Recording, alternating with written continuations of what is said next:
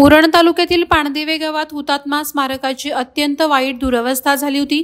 या स्मारकात ठेकेदाराचं बांधकाम साहित्य ग्रामपंचायतीच्या कोणत्याही परवानगीशिवाय गेली 2 वर्ष धूळ खात पडून होतं। पवित्र ठिकाणाचा उपयोग नको त्या गोष्टीसाठी होत असल्यामुळे नागरिकांमध्ये संतापाचं वातावरण होतं।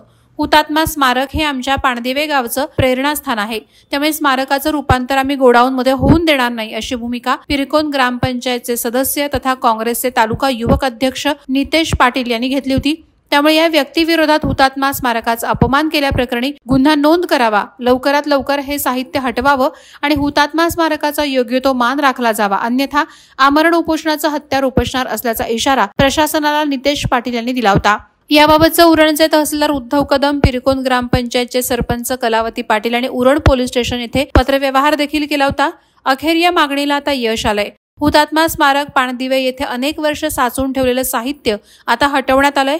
याबाबत नागरिकांनी देखील समाधान व्यक्त केलं असून हुतात्मा स्मारकानं मोकळा श्वास घेतल्याचे नागरिकांमार्फत बोलले जात आहे। याबाबत कामगार नेते महेंद्र घरत, ग्रामसेविका उर्मिला पाटील, सरपंच कलावती पाटील, सदस्य कमलाकर गावंड, रसिका ठाकूर यांचे नितेश पाटील यांनी आभार मानले।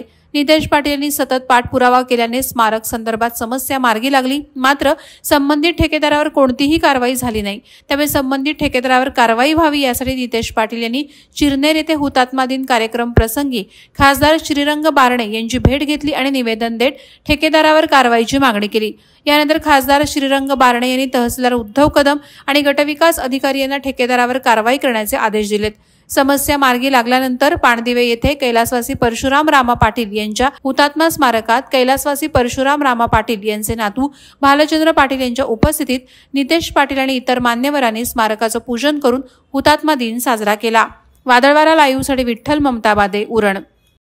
नवी मुंबई व रायगड जिल्ह्यातील ताज्या बातम्या आणि घडामोडींसाठी सबस्क्राईब करा वादळवारा लाईव्ह चॅनल आणि दाबा बेल आयकॉन।